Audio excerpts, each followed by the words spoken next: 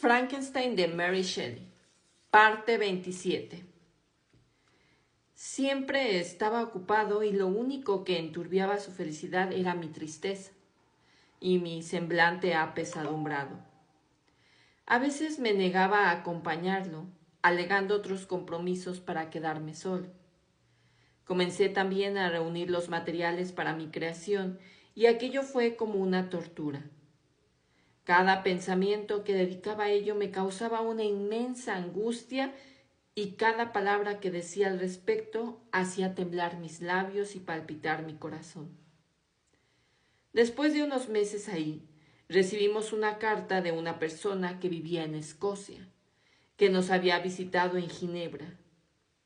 Mencionó las bellezas de su país natal y nos preguntó si aquello no tendría el encanto suficiente para inducirnos a prolongar nuestro viaje hacia el norte, hasta Perth, donde vivía.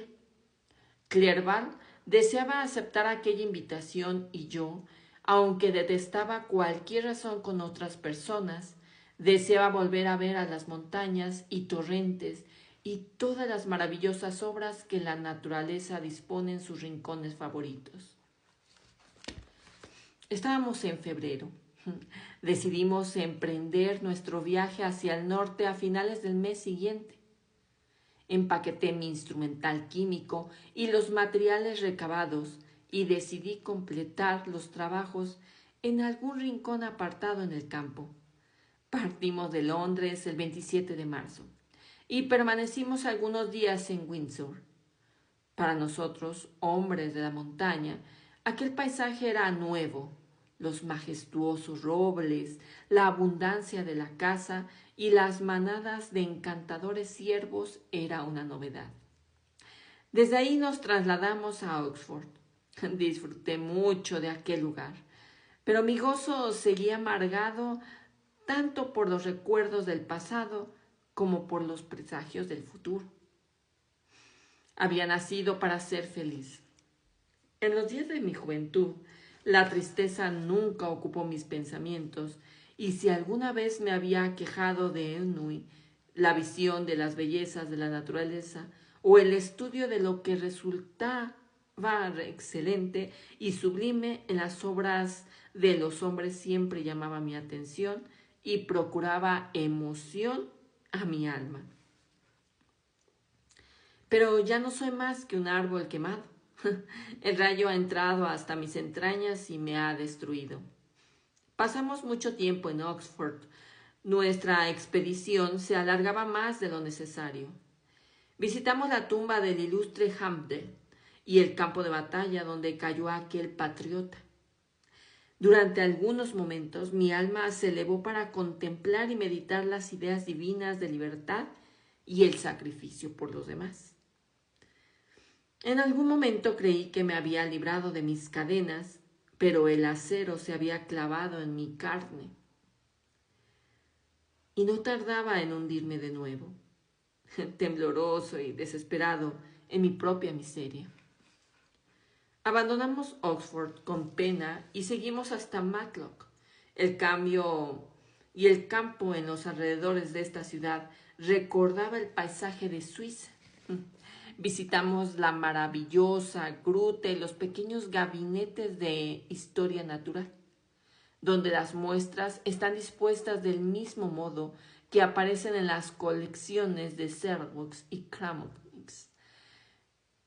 Este último nombre me hizo temblar cuando lo pronunció Henry y me apresuré a abandonar Matlock, donde todo parecía relacionado con aquel terrible lugar. Desde Derby hacia el norte, pasamos 2 meses en Cumberland y Westmoreland, donde casi podía imaginarme en las montañas suizas. Los pequeños neveros que aún persistían en la cara norte de las mañanas, los lagos y el fragor de los torrentes pedregosos me resultaban paisajes familiares y queridos. Allí también conocimos a personas que casi consiguieron hacerme creer que era feliz. La alegría de Clerval era mayor que la mía.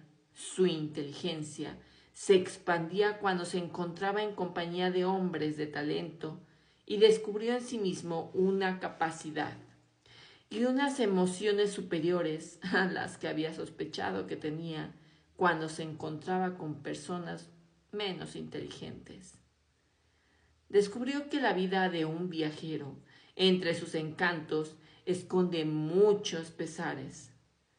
Sus sentimientos siempre estaban en tensión y cuando comienzan a acostumbrarse a algo, se encuentra con que tiene que partir en busca de algo nuevo que exige su atención y que también deberá abandonar por otras novedades. Apenas habíamos ido a ver a los diversos lagos de Cumberland y Westmoreland cuando tuvimos que despedirnos de ellos para continuar nuestro viaje, pues ya estaba muy próxima la fecha del encuentro con nuestro amigo escocés. Por mi parte no lo lamenté. Había descuidado mi promesa y temía las consecuencias del monstruo. Esperaba las cartas con febril paciencia y si se retrasaban, me sentía abatido y abrumado por 1000 temores, y cuando llegaban y veía el nombre de Elizabeth o de mi padre, apenas me atrevía a leerlas por temor a confirmar aquellas desgracias.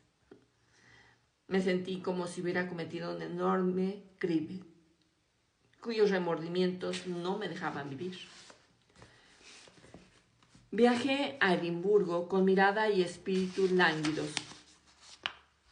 A Clerval no le gustó tanto como Oxford, pero la belleza y la regularidad lo maravilló. Yo estaba impaciente por llegar al destino final del viaje. Una semana después abandonamos Edimburgo, pasamos por Cooper y St. Andrews y bordeamos las orillas del Tay hasta Perth, donde nos esperaba nuestro amigo. Yo no estaba de humor para reír y conversar con extraños, ni compartir sus sentimientos, sus ideas, con el buen humor que se esperaba de un invitado. Así que le dije a Clerval que deseaba hacer un viaje por Escocia yo solo. Disfruta, le dije. Nos volveremos a encontrar aquí. Estaré fuera un mes o dos. Déjame tranquilo y solo durante un tiempo, y cuando regrese, espero traer el corazón aliviado y más acorde con tu estado de ánimo. Quiso disuadirme, pero me vio muy convencido. Me pidió que le escribiera. Preferiría acompañarte en estos viajes solitarios, dijo.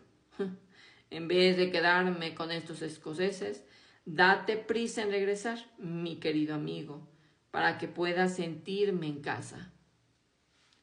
Tras de despedirme, decidí visitar algunos lugares remotos de Escocia y terminar mi trabajo en soledad.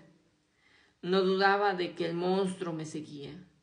Así crucé las tierras altas del norte y elegí una de las Islas Orcadas para finalizar. Era un lugar muy apropiado para aquella tarea porque apenas iba más allá de ser una roca cuyas orillas eran acantilados batidos por las olas. Las verduras y el pan, cuando se podían permitir semejantes lujos, e incluso el agua dulce, procedían de tierra firme que se encontraba a unos 7 kilómetros de distancia. En la isla no había sino 3 cabañas miserables, y una de ellas estaba vacía cuando llegué. La alquilé. Ordené que la repararan un poco y me instalé. Pude vivir sin que nadie me observara ni me molestara. Y apenas me agradecieron la comida y las ropas que les di. Hasta ese punto el sufrimiento debilita incluso las emociones más primitivas de los hombres. En aquel retiro dediqué las mañanas al trabajo por la tarde. Paseaba por la playa pedregosa junto al mar para contemplar las olas que rugían y rompían a mis pies. Así distribuía mi tiempo cuando llegué. A medida que avanzaba en mi trabajo, cada jornada se me hizo más horrible y detestable. A veces ni siquiera tenía valor para entrar en el laboratorio en días, y en otras ocasiones permanecía allí encerrado días